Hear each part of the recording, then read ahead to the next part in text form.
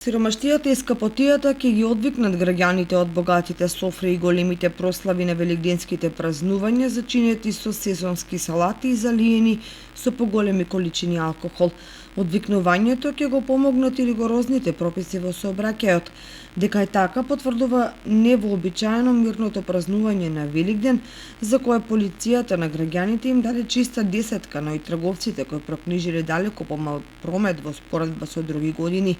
За превентивно смирување на еуфоријата предонесува и ценовните турбуленции кои скапотијата ја подигнаа дури до плафон. Нема што не поскапе предпразнично. Од јакнињата до јајцата, млечните производи, пијалоците, зеленчокот плюс струјата, бензините. Во Кочанско-Виничкиот регион празнувањето на Велигден помина без посериозни проблеми и инциденти, што значи дека малку работа имаа полицијата, брзата помош против пожарната. Значително намален беше и бројот на граѓани кои излегоа на излетничките места на отворено да го одбележат најголемиот христијански празник – Христовото воскресение.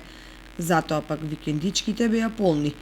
Мошне добро помина и угостителските капацитети каде се бараше место повеќе.